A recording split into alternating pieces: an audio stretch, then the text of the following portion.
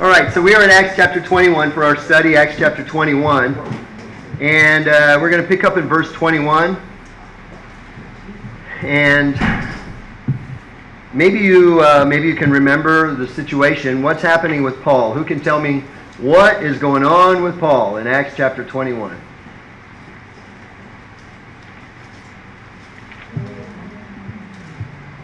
Anyone? Huh? Okay, gets to Jerusalem, and then what? He's arrested? He does get arrested. He meets with some of the leaders of the church, and they said, Paul, you know, there's some people around here with a poor opinion of you. They think that you're telling people to do things contrary to the law. So we got these four guys that took a vow. Do you remember what kind of vow it was? Okay, a Nazirite vow. We found support for that back in the book of Numbers. And so they were wrapping things up. They had already gone through a period of time. Remember, Nazirite vow is not just a short thing. It's not just 2 days of fasting. It's a long period of time, long enough for their hair to grow. And they're not allowed to cut it. And they're not allowed to eat grapes. Can't even have a bowl of Raisin Bran. Can't do any of that. And they were not allowed to touch corpses. And so all of this, they've been living like this for a while now. And they've come to the end. It has come time for them to give their offerings, sin offerings and thanksgiving offerings. They're also going to be shaving or cutting their hair and all of that. And Paul is supposed to go in and identify himself with them and help them with that. But things don't turn out the way it's supposed to. So we're going to pick up here in Acts chapter 27, starting in 21, Acts chapter 21, starting in verse 27. And we'll read down to the end of verse 30. Acts chapter 21, starting in 27. And when the 7 days were almost ended, the Jews which were of Asia, when they saw him in the temple, stirred up all the people, and laid hands on him, crying out, Men of Israel, help! This is the man that teacheth all men everywhere against the people and the law, and this place. And further brought Greeks also into the temple, and hath polluted this holy place. So remember verse 28, because that's the charge, okay? Verse 29, For they had seen before with him in the city Trophimus and Ephesian, whom they supposed that Paul had brought into the temple. And all the city was moved, and the people ran together, and they took Paul and drew him out of the temple, and forthwith the doors were shut. So we're picking up in verse 27, and it is after 7 days now, and the Jews, it says the Jews which were of Asia. Wait a minute. Where's Paul? He's in Jerusalem. So there are some Jews there who are now in Jerusalem who were from Asia. They know who Paul is. Maybe they even tracked him down there. But now he is in Jerusalem, and they saw him in the temple, and it says that they stirred the people and laid hands on him. Now, remember that these are the days before CNN. These are the days before live Facebook feeds. These are the days before YouTube and all of that. And yet, Paul had made such a great impact on the world as they knew it in those days, that even the ones in Asia recognized him. Now this, to me, is interesting. They had some knowledge of who Paul was already. Now, if you, let me see, let me think of a name. Okay, we were talking about Jeff Bezos earlier. Jeff Bezos, somebody mentioned him. Who is that guy? Or maybe it's Bezos or Bezos. Right? The CEO of Amazon, right? Okay, does anybody know what color his eyes are? Brown. Does anybody know what does he look like? He's what? Bald. He's bald? Is he tall or short? Short. How do we know this? TV. Yeah, the news. We saw his picture in the news or TV or whatever. How did they know what Paul looked like? How did they know that was Paul? He was there. Huh? He was there. Name tag, of course. Elder Paul, right? But yes. I want to ask this to you. My thought is these are simply people who have known him from the churches he had preached at. So they have seen him there Yes. Hatred, and so they're just calling and know him that way. Yes. So they know him already, and they see him in the temple, and they make certain assumptions. All right?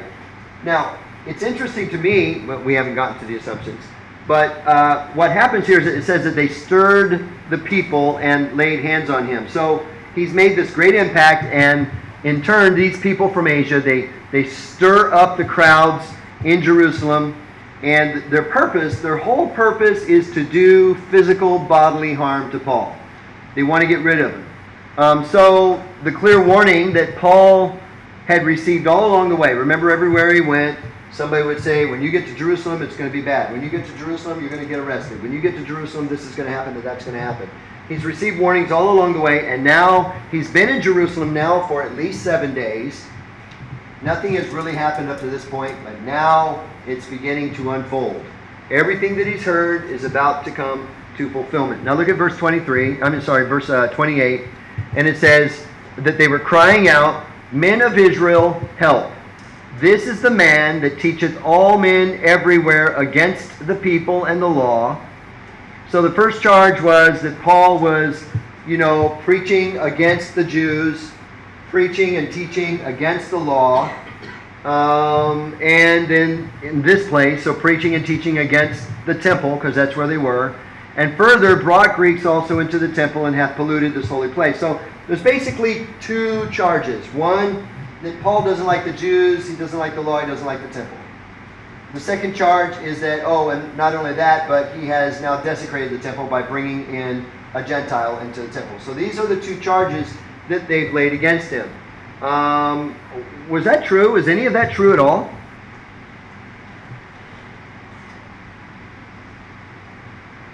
What did Paul have to say about the law?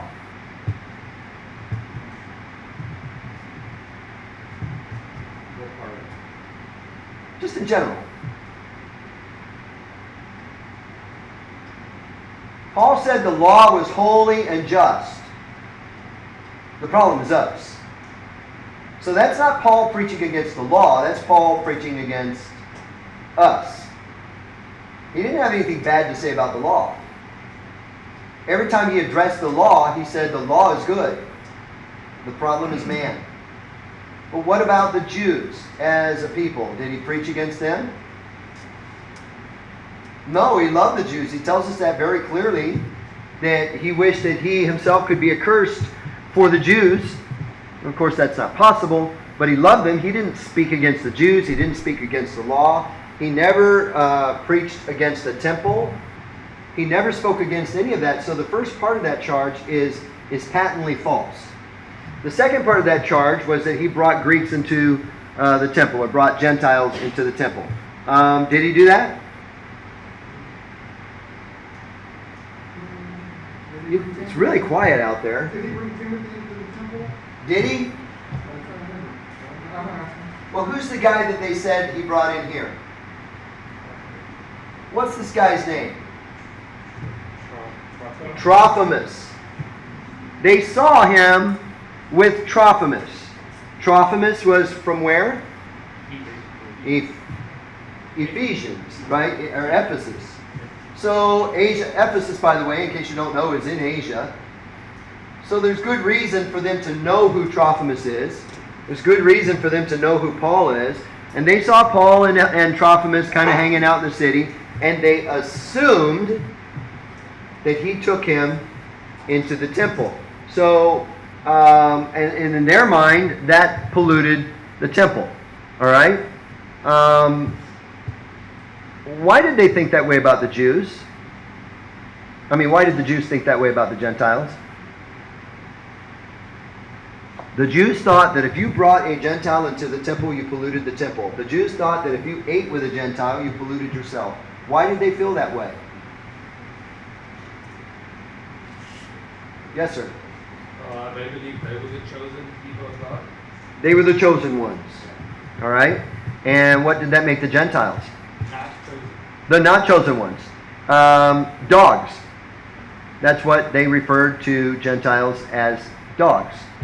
Because they were unclean. And because they did things that Jews would never publicly say that they were doing. Okay, so that's what they considered Gentiles to be. But think about it from the mind of God for a moment. Is not one sinner just as condemned as another? Is not one Jew and one Gentile both going to share either heaven together or hell together, depending on their destination? Of course. Is there a difference? Does God draw a distinction when it comes to personal relationship with Him? Does God draw a distinction between the Jews and the Gentiles? No. He saves them all. Anybody who comes to Him, whosoever shall call upon the name of the Lord shall be saved. God is no respecter of persons. But they saw this differently. They saw it as being defiling the temple if a Gentile went in there. And good reason, because the Old Testament had some laws and some guidelines for them to follow concerning the temple. And so they were doing that. Now, in verse 29, we find this man Trophimus that they thought Paul had brought in. He had been with Paul. No doubt he had been with Paul. But why would they assume that Paul had taken him into the temple? Why would they assume that? It says that. It says, whom they supposed that Paul had brought into the temple. And we know he didn't, because we know the rest of the story. But why did they assume that he did?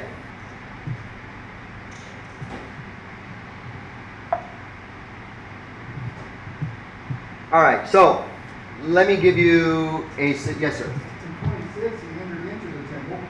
I'm sorry, what? In verse 26, it says he entered into the temple. Who did? Paul. Yes. But what about Trophimus? Paul took him in, and the next day, well, they could have, it doesn't matter. They could have just seen that and thought. They saw Paul in there, and they thought Trophimus was with them. Very well could have. But they didn't see Trophimus. So the question is, why did they assume that Paul did that? This is important because this is very applicable to you and I.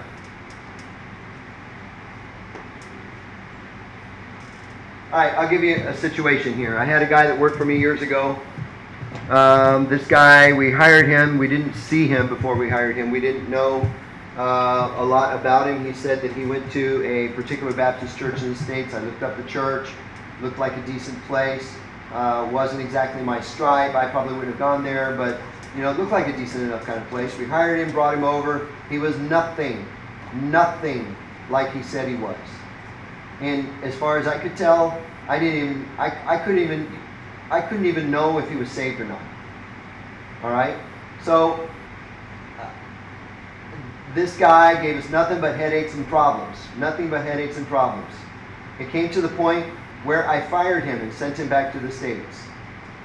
Every interaction I've had with this guy since that time, and there's been several, they've all been very bad, very negative. Him threatening me or threatening my wife or that kind of thing. Very negative. If I were to open my email and see his name, what do you think I'm going to think? Yeah. Oh, here we go again.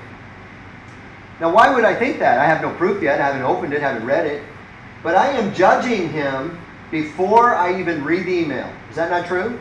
Experience. And don't look at me like I'm a bad guy, because you do the same stuff, right? We all do the same things. Experience, right? So I'm judging based upon what I already believe about him. These guys have a set thought in their mind about Paul. Well, this is Paul, and this is what he is, and this is how he does. But that's so specific. That is very specific. Explain. So, saying that maybe they think that he isn't on the up and up morally, to say specifically that he took that guy into the temple, that's not something that you correlate with. Well, it would be something that you correlate. If you saw Paul hanging out with Ephesus all over, or Trophimus all over Jerusalem, and you know he's an Ephesian, and now you see him in the temple, you can make the assumption that he probably took him in there. Yes. Was this Trophimus the only Gentile amongst them? The only what? The only Gentile amongst them. No. So there were other Gentiles. There were other Gentiles among them, yeah. So why did they say him? Well, they recognized Trophimus. They were from Asia, the Jews from Asia. Ephesus is a major city in Asia. So I'm assuming, of course, that there's some connection there, that maybe they recognized him. Somehow they recognized him. We know that. They knew Trophimus somehow. So we can make that assumption, yes. If they went daily, how was there no one else at the temple at that time? Who went daily to the temple? The Jews and stuff went Yes. daily at that time. There's always somebody at the temple. Yeah, sure. People coming and people going. Constant. Mhm. How did they not have? Oh, he was there. He wasn't there. The point I'm trying to make is, if you already don't like someone, you are predisposed to think something negative about them. If you already like them, then you're not going to believe it. You know, if you came to me and you said that Wayne robbed the bank, there's two things that I would do. First, I would look at you and say, I can't believe that. I know him. He's a good guy. He would never rob the bank. And as soon as I got rid of you, I'd call him and say, yo, bro, I heard you rob a bank. If it's true, don't forget to tithe. Just kidding. Right? You wouldn't believe it because you know him and you know he's a good guy. You wouldn't want to believe bad things about people that you like. And you don't want to believe good things about people that you don't like. So here's Paul. They don't like him. They're willing to believe bad things about him. Someone in that city was the first one to imply that Paul had done something wrong. Apply that to ourselves. Don't be the first guy to start that rumor, okay? Don't be the first one to say something about someone else, because then others follow. That's the way rumors are. That's the way gossip is. Somebody will say it and others follow. And that's so characteristic of false accusations. And I've learned through experience, and I could probably find a Bible verse to support it somewhere, but I found out that bad news travels a whole lot faster than good news. You know that? You do something wrong and one person finds out about it, the next thing you know, the whole world knows about it. You do something good and everybody's like, oh, okay, that was nice. Nobody ever says anything. That's the character of man. We like to hear sensationalism. We like to hear bad stuff. We like to hear it. For some reason, it causes us to go, ooh, that's interesting. I want in on that. And so in Paul's case, they're saying bad things, and everybody wants to listen, and they all do, and it stirs up the city. Now look at verse 30. Are we done with verse 29? Good. Moving up to verse 30. And all the city was moved, and the people ran together, and they took Paul and drew him out of the temple, and forthwith the doors were shut. So the Jews of Asia, they whipped the whole city of Jerusalem into an uproar. They've done this sort of thing before. They're experienced. They know what they're doing now. They were... no, I'm not going to go there. I almost did. Anyway, they knew what they were doing. They were traveling along with Paul, going to place after place to whip the crowds into an uproar. So what we see happening today is not new. They're quite experienced at it. And then what do they do next? They physically drag Paul out of the temple, and then they shut the doors of the temple, presumably so he couldn't get back in there, or that no one that was in there that was with him could get out to help him. They shut the temple, and verse 31 tells us, and as they went about to kill him. We're not given any details of, what does that mean, as they went about to kill him. Did somebody happen to notice that some dude picked up a baseball bat on the way to the temple? Did somebody else grab a brick and they saw this happening? And they heard him say, let's go get him. We know where Paul's at. We don't know. But somehow it was clear that they don't want to arrest him. They don't want to sit down and have a little discussion with him, work out their problems and come to a conclusion. They want to kill him. All right? And the tidings came to the chief captain of the band. I love this guy. I really do. He's not a Christian, but there's so much in this chapter and the next chapter about this chief captain that by the time we get through with him, you're going to have a pretty good picture of who he is, and chances are you're going to like him. All right? Chances are good you're going to like him. So here's what happens. Tidings came to the chief captain of the band. This is not the band that plays at the clubs on Friday nights, okay? This is speaking of a group of Roman soldiers, and all Jerusalem was in an uproar. Okay, so they got Paul. They're going to kill him. It's a mob rule. There hasn't been a trial. There have been no chance for his defense, no witnesses or whatever, no evidence. None of this existed. The only thing that really existed was that they hated Paul. And so they grab Paul, and they're being driven by their hatred of his effectiveness for Christ. What they saw in Jerusalem, or what they thought they saw in Jerusalem, was just an excuse. They wanted to kill him long before this. Now they think they've got an opportunity.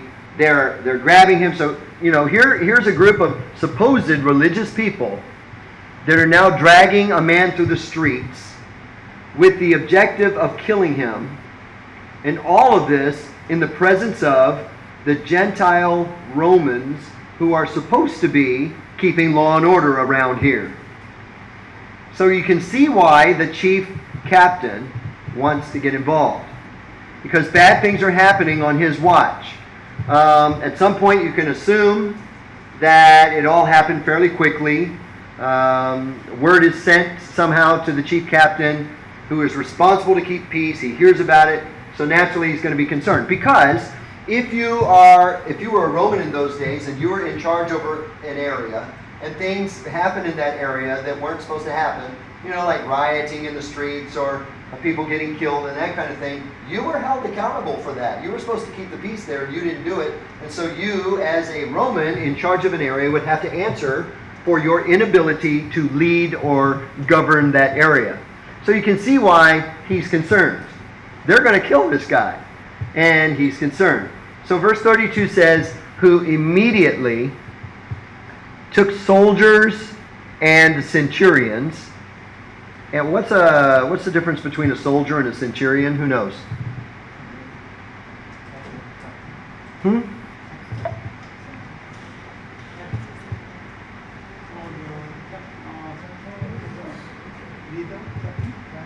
Okay, a centurion is kind of a captain. Centurion.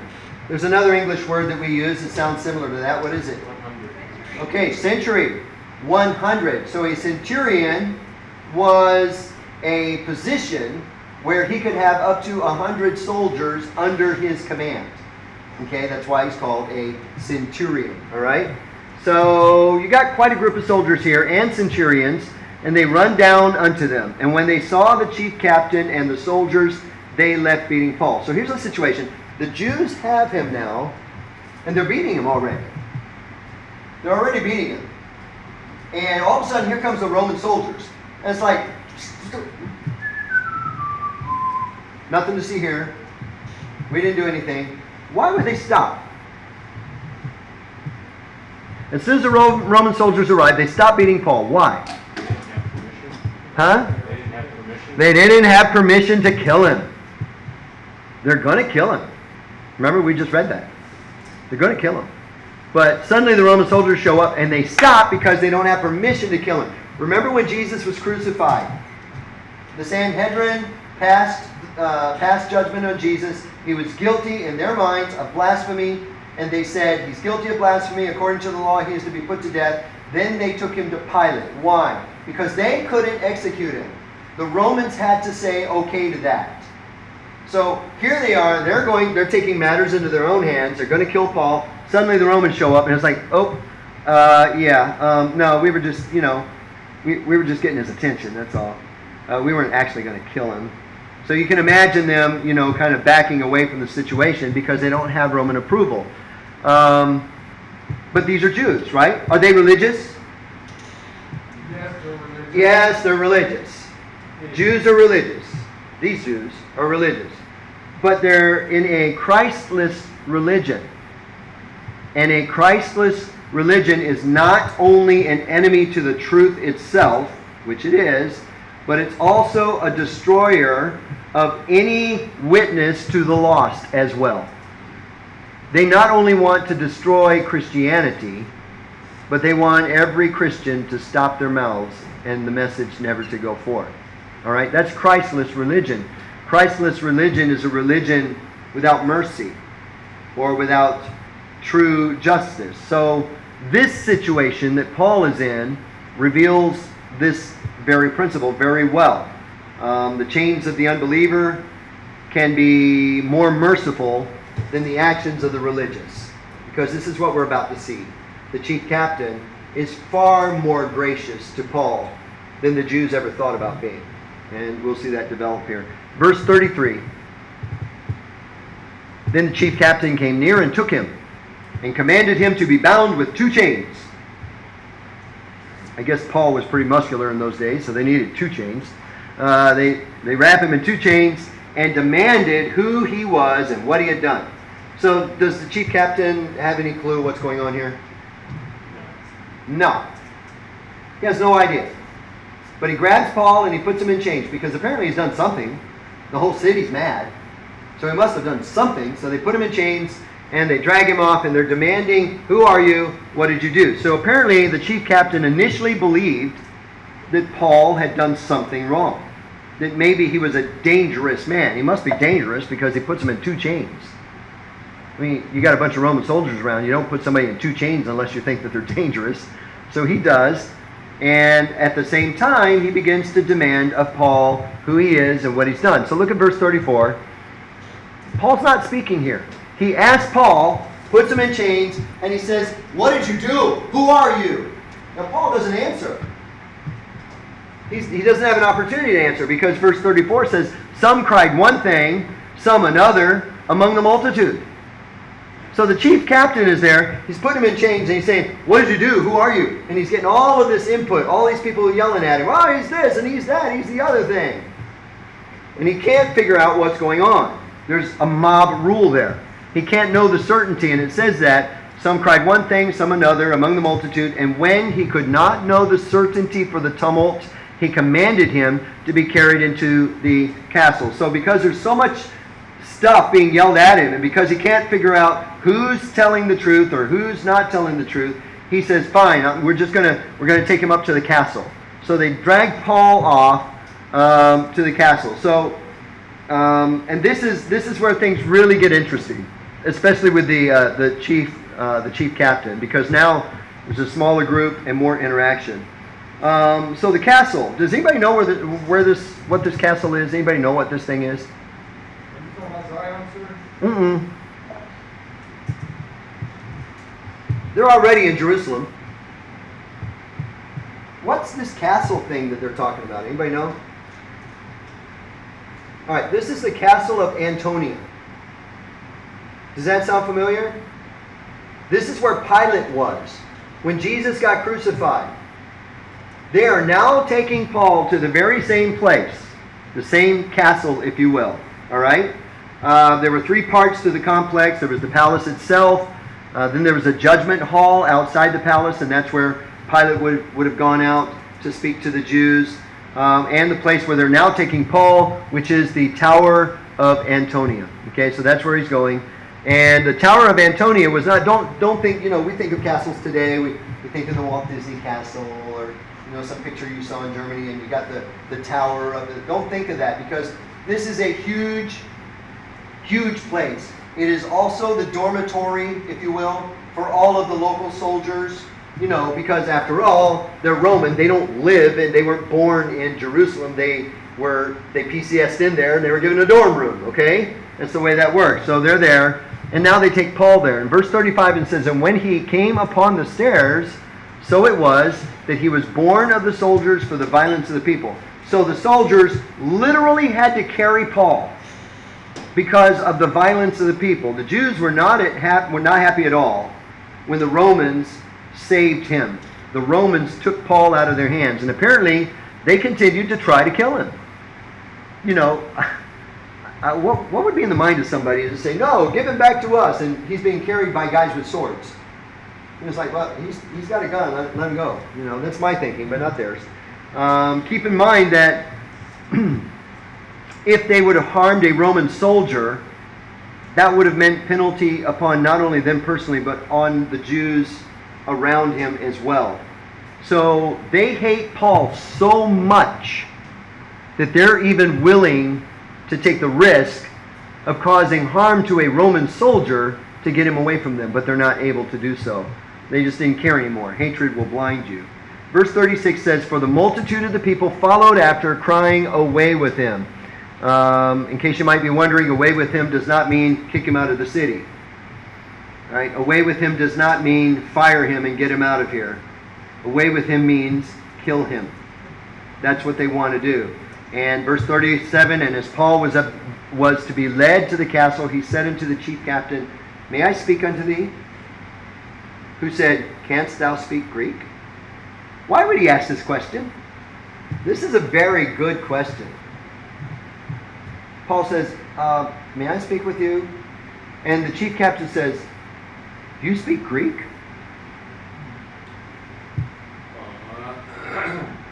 That's kind of asking, aren't you Jewish? Because at that time, the Jews were speaking Greek. Right? The Jews at that time would have been speaking Aramaic with one another. But if you did any traveling at all, you probably learned some Greek.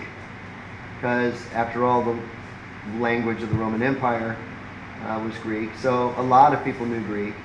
But the chief captain is surprised that he knows Greek. Not because he's a Jew, and not because he thinks he's a Roman. Because later on, he says, I think you are this guy. So let's see who he thinks he is, all right? In verse 38, he says, Art not thou that Egyptian? Very quickly, do we have any history buffs here? Any people good with history? You're good with history? She is. You're good with history. Your boyfriend just threw you under the bus. Yes, he did. So are you good at history? A little. So tell me, during the time of the Roman Empire in the 1st century, were the Egyptians under the Roman Empire? No. So why would an Egyptian speak Greek? Can somebody verify that no? If the answer is not no, don't tell me, because I don't want to embarrass her in public and say, ha, you don't know what you're talking about, so we don't want to do that. In Egypt, however, they didn't really speak that much Greek. There was not a good reason. Now, they did down to Alexandria. That was the city of knowledge. Everybody knew everything in Alexandria. Boy, they had the biggest library in the world, in the whole 9 yards. But typically speaking, they wouldn't be speaking Greek. Yes, sir. What do you got? What do you got? Nothing? Just scratching your head? Just looking? Okay. So, they think that Paul is an Egyptian. They don't assume that he's going to know Greek, or at least be able to discuss things with a whole crowd of people. And he says, Art not thou that Egyptian, which before these days madest an uproar, and leddest out into the wilderness 4,000 men that were murderers? So the chief captain confuses Paul with some Egyptian who, according to other historical records, claimed to be the Messiah. Now, Josephus, who is a famed Jewish historian in the 1st century, he said that this Egyptian was actually a Jew from Egypt who led a large group of men into the wilderness to the Mount of Olives, and their plan was to attack Jerusalem and to free it from Roman tyranny. But the Romans heard about it, and so they marched against them, and the Egyptian escaped. But they kind of crushed his movement, if you will. So it was naturally when the Romans, and this is all happening right around the same time, so when they see the city on an uproar, the Romans are thinking that he is that Egyptian. The chief captain thinks that Paul is that Egyptian that caused all these problems. So that's why he asked him, Aren't you that Egyptian? So now Paul begins to explain who he really is. And we've got about 3 minutes left, and we're in verse 39. We may be able to make it through this. Verse 39, But Paul said, I am a man which am a Jew of Tarsus. I'm not an Egyptian, and I'm not a Jew from Egypt. I am a Jew of Tarsus, a city in Cilicia, which was important. He describes it as a city of no mean city. Okay? Cilicia was a free area. Tarsus was a free city. And I beseech thee, suffer me to speak unto the people. So Paul didn't want the Romans to question his status, so he very clearly told him that he was a Jew. He was from Tarsus, which was a free city. Therefore, Paul was a Roman citizen and within his legal rights to make requests. If you were a Roman citizen, the Romans had to treat you differently than they treated other people. You know, you could beat up a Jew if you want to, but don't beat up a Roman. That could get you in trouble. That's the way they thought back then.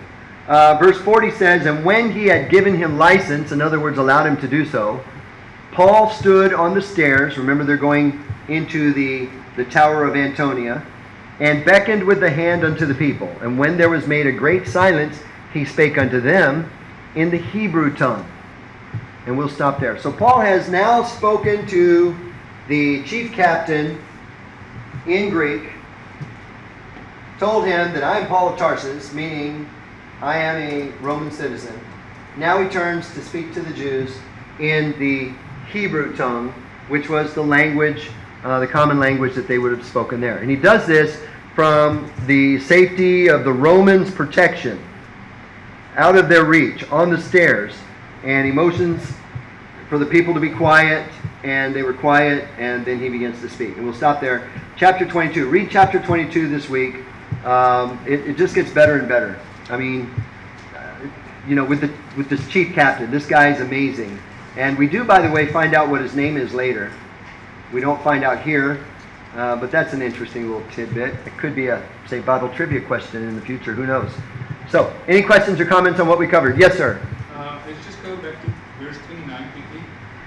Verse 29, okay. Let's suppose that Paul didn't take this Trophimus into the temple. Would that have been wrong, as in sin? Okay, what did the law say about Gentiles in the temple? I assume we'd say Only the Levites could go to certain areas. There was an area for the Gentiles. But they were assuming that Paul took Trophimus to an area that was off limits to the Gentiles. Okay? So, yes, it would have been wrong. Yes, ma'am. I don't know if I'm proving myself right or wrong. But Egypt was the province of